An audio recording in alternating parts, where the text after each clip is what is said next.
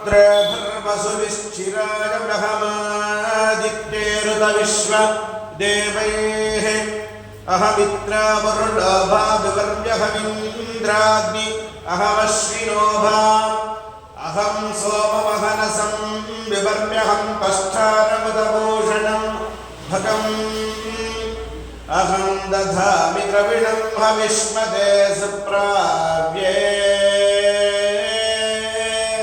यजमानाय संवदे अहं राष्ट्रे संगमने वसूनां चिकितुषी प्रथमा यज्ञियानां तां मा देवा वदतः पुरुत्रा भूरिस्तात्रां भूर्यावेशयन्ते मया सो अन्नवत्तियो विपश्यति या प्राणिति जयें शृणोत्युक्तम्